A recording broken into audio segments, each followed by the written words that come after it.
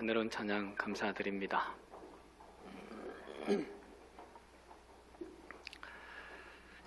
이혜인 시인이 쓴 편지 쓰기라는 시가 있습니다. 네가 누구인가, 내가 누구인가 발견하고 사랑하며 편지를 쓰는 일은 목숨의 한 조각을 떼어주는 행위이다. 글씨마다 혼을 담아 멀리 띄워 보내면 받는 이의 웃음소리 가까이 들려오네. 편지를 쓰는 일은 쪼개진 심장을 드러내놓고 부르는 노래이다. 우리가 아직 살아있음을, 혼자가 아님을 확인하기 위하여 때로는 편지를 써야 하리. 아주 짧게라도 편지를 써야 하리. 살아있는 동안은. 손편지에 혼이 담겨 있고 사랑이 담겨 있다는 시인의 고백입니다. 요즘은 손편지를 쓸 일이 거의 없죠. 그래서 더더욱 손편지가 그리운 시대가 되었습니다. 손편지가 반가운 시대가 되었습니다. 야고보서는 야고보가 혼을 담아 마치 심장 한 조각 한 조각 떼어주는 마음으로 쓴 편지입니다. 먼저 1절에서 자신이 누구인지를 소개하죠. 하나님과 주 예수 그리스도의 종 야고보라고 소개합니다. 당연한 소개처럼 보이지만 사실은 다분히 의도가 담겨지고 메시지를 실은 자기소개입니다. 야고보는 예수님 동생입니다. 예수님을 가장 가까이에서 본 혈육이죠. 그리고 예수님이 부활 승천하신 이후에 초대교회의 수장 감독이 되었습니다. 총회장입니다. 갈라디아서 2장 9절에서는 바울도 그 야고보를 예루살렘 교회의 기둥으로 여겼습니다. 그렇다면 여러분이 만약 야고보라 할 때 어떻게 여러분 자신을 소개했을까요? 우선 다른 것은 다 빼더라도 초대교회 감독이었음을 밝힐 것 같습니다. 총회장 야고보 했을 것 같습니다. 그리고 예수님의 동생인 것도 밝히면 좋겠죠? 그랬으면 편지의 권위와 편지에 대한 신뢰감이 더 무거워졌을 거니까요. 그런데 야고보는 그런 소개를 전혀 내비치지 않았습니다. 하나님과 주 예수 그리스도의 종 야고보라고만 합니다. 세상적으로 볼 때 좋은 스펙들, 사람들이 고개를 끄덕일 만한 이력들을 모두 생략했습니다. 자신을 드러내고 자신을 생색낼 만한 공치사들 전혀 언급하지 않았습니다. 야고보는 자신의 정체성을 분명하게 갖고 있었던 겁니다. 오직 나는 하나님과 예수의 종인 것만으로 만족했던 겁니다. 야고보의 가장 큰 자랑은 하나님과 예수님께 속한 사람이라는 거였습니다. 하나님께 속해 있으면 종이어도 상관이 없다는 거였습니다. 주 예수보다 더 귀한 것은 없네. 이 믿음이었습니다. 그러니 하나님이 얼마나 이쁘고 하나님이 얼마나 기뻐했을까요? 하나님이 줄 수 있는 복은 다 주고 싶지 않았을까요? 바울도 그랬습니다. 로마 사람들에게 편지를 쓰면서 자신을 소개합니다. 예수 그리스도의 종 바울이라고요. 바울은 로마에 가본 적도 없고 로마 교인들을 만나본 적도 없습니다. 이 편지를 먼저 보내고 나서 후에 로마에 갈 계획입니다. 그래서 더 정성스럽고 더 신중하게 편지를 쓰면서 자신을 소개하는데 예수 그리스도의 종 바울이라고 했습니다. 당시의 종은 둘로스라고 불리워집니다. 노예라는 뜻이죠. 로마 제국의 20%가 둘로스 노예들이었습니다. 인격도 없고 인권도 말살된 사람들입니다. 살아있는 농기구고 말을 할 줄 아는 당나귀라고 했습니다. 이런 기록도 있습니다. 주인이 암살을 당하자 주인의 암살을 막지 못했다는 죄목으로 그 집의 노예 400명을 모두 처형했다. 노예는 그런 자들이었습니다. 그런데 바울은 자기를 알지 못하는 로마 사람들에게 자신을 소개할 때 천한 그 단어 종, 둘로스를 사용합니다. 소개할 거리가 없어서가 아니었습니다. 이 소개 또한 바울의 신앙이 실려져 있습니다. 제가 바울이라면 가말리엘의 문화생 바울이라고 소개했을 것 같습니다. 가말리엘은 당시 가장 존경받던 학자입니다. 요즘으로 말하면 최고 대학의 최고 교수님이십니다. 그 사람의 수제자라고 소개하면 학자로서의 위상도 생겨지고 편지의 공신력이 높아질 겁니다. 그리고 저 같으면 로마 시민권을 가진 사람이라고도 소개했을 것 같습니다. 그랬다면 로마 사람들에게 친근감을 훨씬 더 줬을 겁니다. 그리고 바울은 사역한 지가 30년의 세월이 흐르고 있습니다. 교회를 많이 개척을 했습니다. 3차 전도 여행까지 합니다. 그랬다면 그런 많은 스펙들을 소개하는 게 좋을 듯합니다. 근데 그런 것들은 모두 다 뺐습니다. 그저 예수 그리스도의 종이라고만 했습니다. 초라한 소개이고 어리석은 소개처럼 보입니다. 빈약하죠? 편지를 받은 사람들도 얼마나 황당했을까 싶습니다. 하지만 바울은 세상이 인정하는 스펙들보다 예수 그리스도의 종인 것을 더 중하게 여겼습니다. 그 무엇보다 예수의 사람인 것을 가장 큰 명예로, 가장 큰 자랑으로, 가장 큰 힘으로 여겼습니다. 그것만으로도 충분하다는 거였습니다. 그러자 주인으로 고백받은 예수께서 종 바울을 책임져 주셨습니다. 바울의 삶에 필요한 것들을 충분하게 하셨습니다. 제가 도전받는 것은 이 편지를 쓰는 바울의 나이가 50대 후반이고 사역한 지가 30년이 다 되었다는 겁니다. 얼추 저랑 비슷합니다. 이때가 되면 슬슬 명예욕이 연기 나기 시작합니다. 세상에 뭔가를 더 쟁취해 보려는 마음이 생깁니다. 또한 매너리즘에 빠져서 식상해지기 쉽습니다.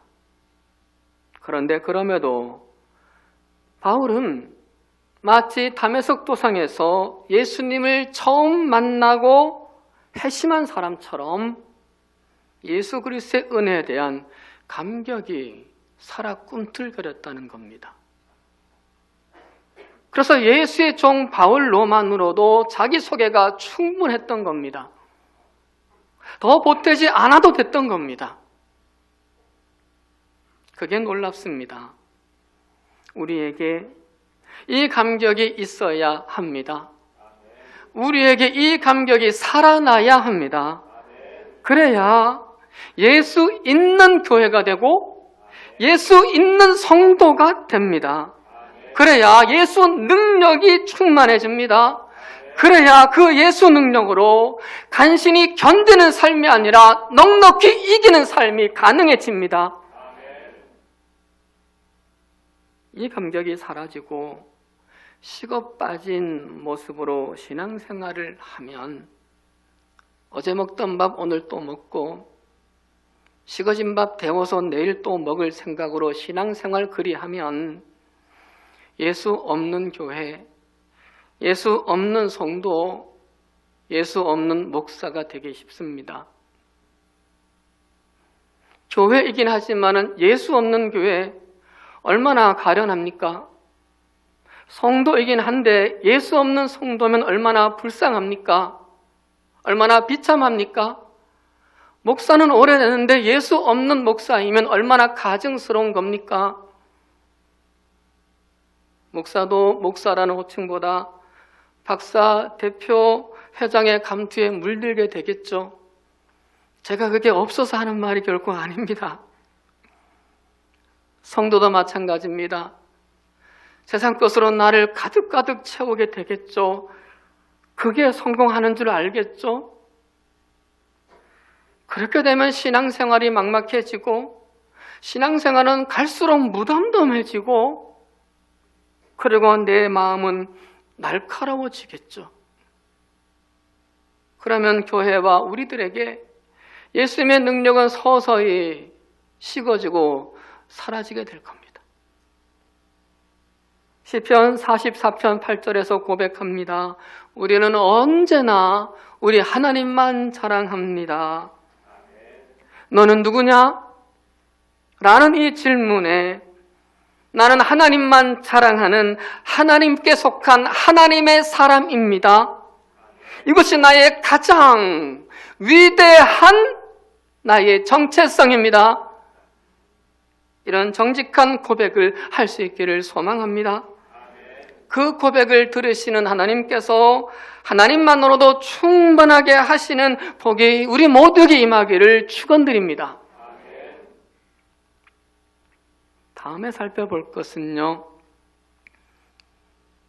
야고보서를 쓰는 사람은 야고보인데 이 야고보의 편지를 받는 사람이 누구냐는 겁니다. 1절 하반절에 흩어져 있는 12지파에게 문안하노라. 로마 전역에 흩어져 있는 성도들에게 편지하노라 기록하죠. 이들이 왜 흩어졌나요? 나라가 망해서입니다. 핍박을 피해서입니다. 이들에겐 위로가 필요했습니다. 이들에겐 문제 해결책이 절실했습니다. 근데 그들에게 쓰는 야고보의 편지의 첫 내용은 실망스럽고 아쉬움이 많아 보입니다. 2절에 내 형제들아 너희가 여러 가지 시험을 당하거든 온전히 기쁘게 여기라. 한두 가지 시험은 견딜만 합니다. 그런데 여러 가지 시험을 당하고 있습니다. 여러 가지 박해와 여러 가지 불이익에 시달리고 있습니다.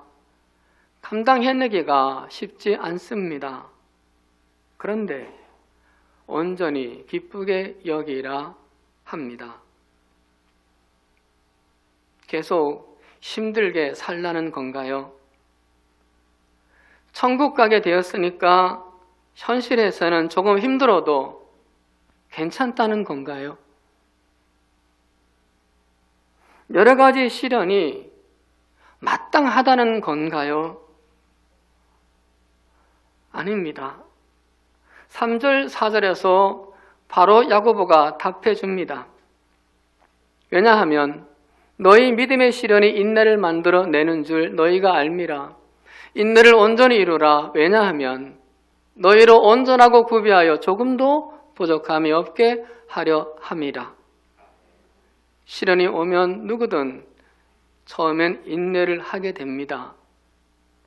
그리고 그 인내를 이루게 되면 온전하고 구비하여 조금도 부족함에 없게 될 거라고 야고보가 편지를 쓰고 있습니다. 그러니까 여러 가지 당하는 시련은 조금도 부족함이 없게 하시기 전에 치르는 시험이라는 겁니다. 모든 시험에는 응시 자격 요건이 필요하고 시험 후에는 보상이 따릅니다. 이를테면 임용고사 시험은 교대나 사대를 졸업한 자격 요건이 갖춰져야만 합니다. 그리고 시험을 치러서 합격하면 정식 교사가 되는 보상이 있습니다. 야고보가 말하는 시련도 같은 각도에서의 해석이었습니다. 아무나 시련을 당하는 게 아니라는 겁니다. 자격 요건이 되니까 시련의 시험을 치르게 하신다는 겁니다. 시련 당할 만한 믿음으로 인정받았기에 당하는 것이라고 말하고 있습니다. 그래서 히브리서 12장 7절 8절에서 말씀하시기를 어찌 아버지가 징계하지 않는 아들이 있으리요. 징계는 다 받는 것이거늘 너희에게 없으면 사생자요 친아들이 아니니라. 당하는 시련을 저주가 아니라 오히려 하나님의 아들로 입증받은 증표라고 얘기합니다.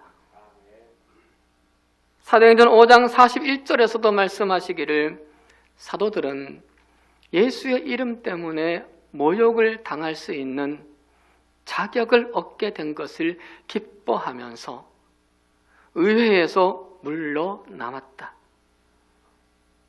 제자들요, 모욕을 당할 때 모욕받을 만한 참신앙으로 인정된 것이 너무 기뻤습니다. 모욕 받을 만한 자격을 얻게 된 것으로 인정된 것이 기뻤다는 겁니다. 주님의 일을 하다가 어려운 일을 겪을 때 속상한 일인데 기뻐했다는 겁니다. 그런데 그렇게 믿음을 하나님이 보시고 확인하셨으면, 입증하셨으면 바로 복을 주시지 왜 시험을 치르게 하는 걸까요?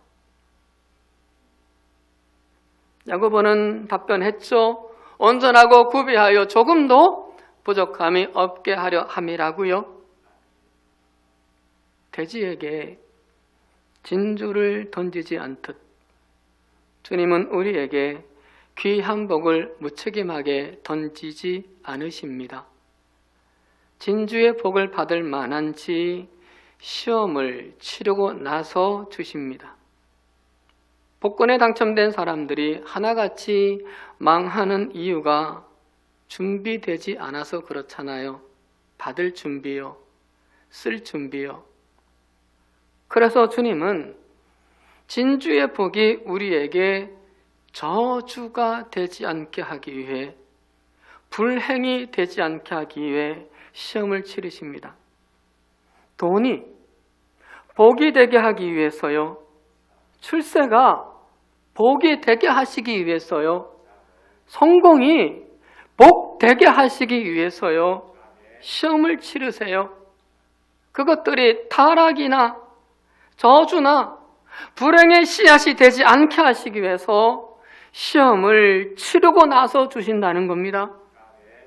야고보가 그 비밀을 알고 말하는 거예요. 내 형제들아, 너희가 여러 가지 시험을 당하거든 온전히 기쁘게 여기라고요. 시험이라는 거 하나님이 우리를 인정하시는 것이기에 기뻐해라. 시험은 우리에게 더 나은 복을 받게 되는 또 한 번의 테스트 기회이니 기뻐하자. 자기 소개를 하자마자 급하게 이것부터 말합니다. 믿음의 사람에게 시련은 저주나 불행이 아니라 시험이다. 그러니 시험에 겁먹거나 시험을 불만스러워하거나 원망하거나 시험에 도망치지 말고 기뻐하면서 잘 대비하자 라고 편지 씁니다. 창세기 22장에서 아브라함이 시험을 치르는 모습이 나옵니다. 아브라함이 왜 시험을 받습니까? 믿음이 없어서 시험 받는 겁니까? 본때를 보여주기 위해 시험 하시는 겁니까? 아니었습니다. 거꾸로입니다. 남달리 믿음이 좋아서였습니다. 하나님이 아브라함을 시험하시려고 그를 부르시되 네 아들 내 사랑하는 독자 이삭을 번제로 드리라. 이거 너무 힘들고 큰 시험입니다. 피하고 거부하고 싶은 시험이요, 안 보고 싶은 시험입니다. 그런데 아브라함 그 시험을 받아들입니다. 아들을 제단에 바치려 했습니다. 그저 한 게 아니었습니다. 아브라함은 야고보가 말씀하신 온전하고 구비하여 조금도 부족함이 없게 하려는 하나님의 그 의도를 믿었습니다. 히브리서 11장 99절이 그 증거이죠. 아브라함이 하나님이 능히 이삭을 죽은 자 가운데서 다시 살리실 줄로 생각한지라 비유컨대 그를 죽은 자 가운데서 도로 받은 것이니라. 아브라함은요, 내가 시험을 치르기 위해 아들을 제단에 드려도 하나님의 능히 죽은 그 아들을 살리실 줄 믿습니다의 믿음이었습니다. 시험을 치르기 위해 어떤 대가를 내가 치르더라도 하나님의 그 대가를 결국은 보상해 줄 것입니다 라고 믿었습니다. 살리실 방법 아브라함 몰랐습니다. 그런 예가 한 번도 없었습니다. 보상해 주실 방법 몰랐습니다. 그런데 어떻게 되든지 간에 내가 어떤 상황에 곤두박질 치더라도 내가 어떤 대가를 치르더라도 내 하나님은 결국에는 부족함이 없게 하실 줄 믿습니다. 이건 믿었습니다. 아무것도 모르는데 그거 믿었습니다. 그런데 그 말도 안 되는 아브라함의 믿음에 하나님은 보응하셨고 그 아들 이삭을 살려주셨고 다른 사람들보다 100배나 소출이 많게 하는 인생을 살게 합니다. 야고보가 말씀하신 대로 온전하고 구비하여 조금도 부족함이 없게 해주셨습니다. 욥도 마찬가지였죠. 욥이 왜 시험을 받습니까? 믿음이 약해서입니까? 믿음이 없어서입니까? 가지고 있는 것들을 자기 욕정대로 사용해서입니까? 성경은 결코 아니라고 말합니다. 도리어 믿음이 너무 좋아서 하나님 보시기에 동방의 의인이어서 하나님의 그 욥을 자랑하고 싶어서 시험을 허락하십니다. 자식 10남매를 잃습니다. 재산을 잃습니다. 온몸에 병이 들었습니다. 여러 가지 시련, 폭탄 시련을 당합니다. 감당하기가 힘든 엄청난 시험입니다. 그런데 야고보가 말씀하신 온전하고 구비하여 조금 더 부족함이 없게 하신다는 그 하나님을 믿었습니다. 욥기 23장 10절에서 그 믿음을 고백하죠.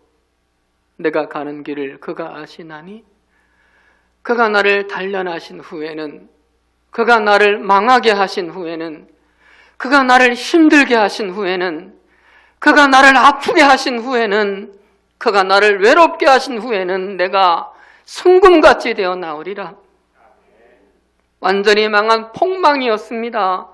재기불능의 곤두박질 밑바닥이었습니다. 근데 하나님이 순금같이 만들어 주시리라, 조금 더 부족함이 없게 만들어 주시리라는 터무니없는 믿음을 하나님 앞에 고백합니다. 하나님, 그 욥의 말도 안 되는 신앙의 고백에 보응하십니다. 욥기 42장 10절이 증거입니다. 욥에게 이전 모든 소유보다 갑절이나 주신지라. 사랑하는 여러분, 어떤 시련을 당하고 계시나요? 자식입니까? 돈입니까? 몸입니까?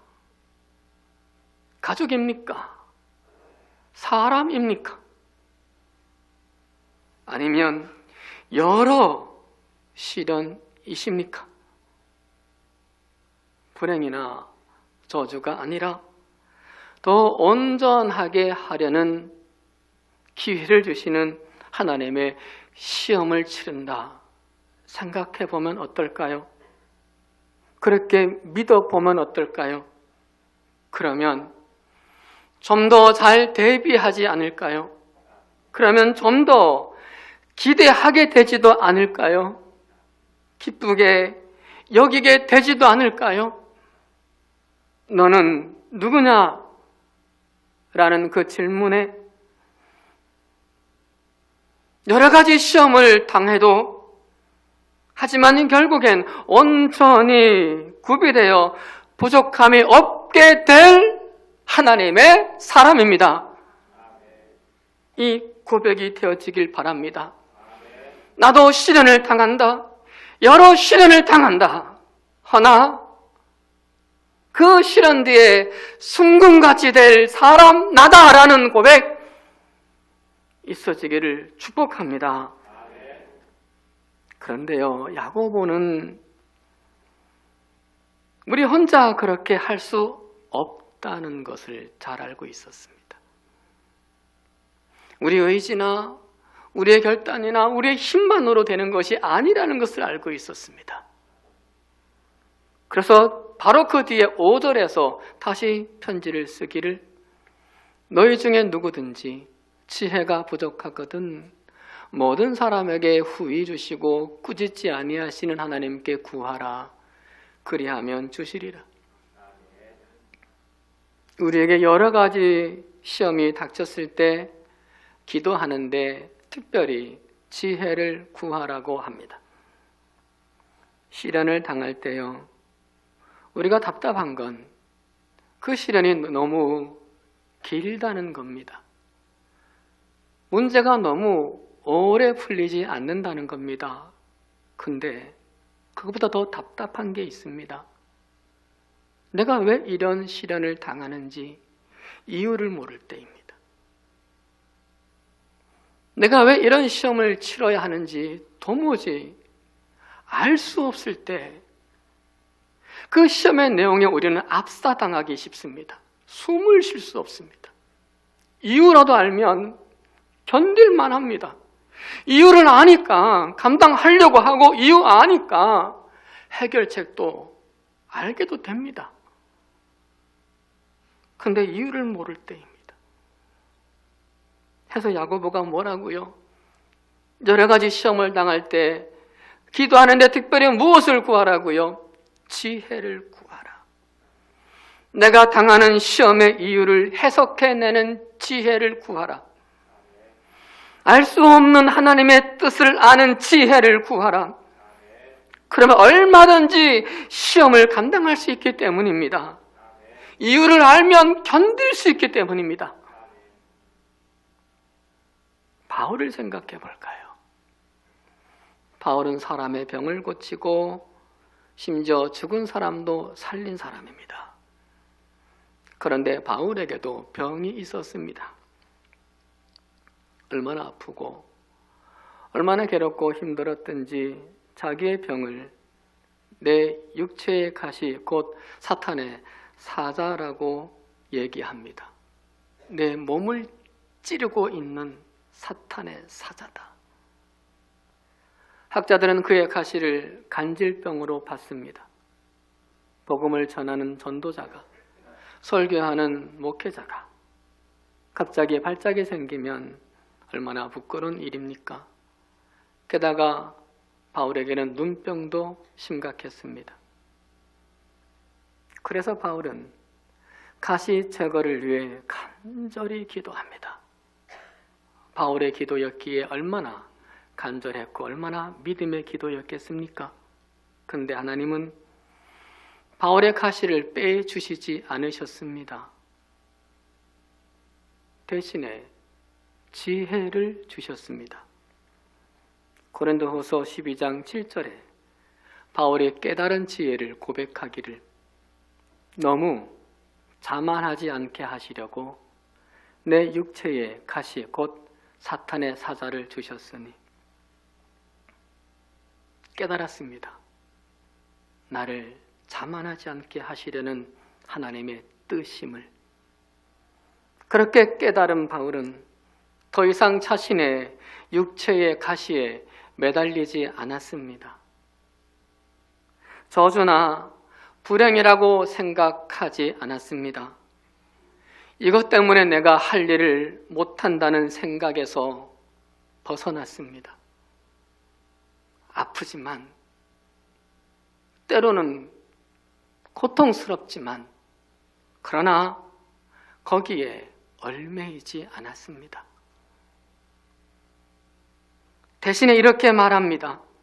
그러므로 도리어 크게 기뻐함으로 나의 여러 약한 것들에 대하여, 한 가지가 아니죠. 여러 약한 것들에 대하여 자랑하리니 이는 왜냐하면 그리스도의 능력이 내게 머물게 하려 함이라. 몸의 가시, 사탄의 사자가 복이 된다고 믿기 시작합니다. 그래서 가시를 부끄러워하기보다는 여러 가시들을 자랑하기 시작합니다. 그 가시들을 숨기기보다는 가시들을 드러내기 시작합니다. 그럴 때마다 바울은 겸손해졌습니다. 그럴 때마다 바울은 하나님의 임재를 느꼈습니다. 그럴 때마다 바울은 하나님을 더 사모했습니다. 하나님께 더 목을 맸습니다. 그러자 저주 같은 그 가시가 사탄의 사자가 바울의 복의 통로가 되었습니다. 온전하고 구비하여 조금도 부족함이 없게 하라는 하나님의 능력이 바울에게 임했습니다. 예전에 개척교회 시절에 우리가 오랫동안 주일날 점심을 먹고 나면 등산을 하고 등산 갔다 와서 저녁 예배를 드렸습니다. 우암산, 산성, 그리고 인근 지역에 백화산, 도명산, 안 가본 산이 없습니다. 지금 생각하면 미쳤어요. 그게 어떻게 가능했는데 지금 하라면 좀 못합니다. 때로는 너무 늦게 내려와가지고요. 교회에선 사람들이 예배를 기다리고 있고 목사와 등산객들은 교회를 오지 않고 있고 기다렸다가 예배를 드렸습니다. 예배당에 다 등산복이에요. 등산해 보셨잖아요. 올라갈 때 힘듭니다. 내가 어떨 때는 왜 올라가는지 모를 때도 있습니다. 숨이 차면 그만하고 싶은 생각도 있습니다. 그러다가 정상에 올라가죠. 그러면 탁 트인 동네를 한눈에 봅니다. 시원해집니다. 호연재기가 생깁니다. 도시의 큰 그림이 한눈에 들어오며 내 인생도 뭔가 큰 그림으로 도모가 되기도 합니다. 영적으로도 그런 것 같습니다. 하나님의 큰 그림을 보는 넓은 시야를 가지려면 시련이 올 때 영적으로 높은 곳으로 올라가야 합니다.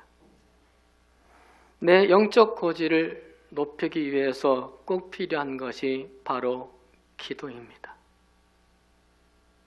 야곱이 그걸 알고 이 편지를 쓰고 있는데 이것은 단순히 야곱의 지식에서 나온 말이 아니라 야곱의 실제 경험에서 나온 확신이었습니다. 야곱의 별명이 낙타 무릎이었거든요. 얼마나 기도를 많이 했으면 낙타 무릎이었겠습니까?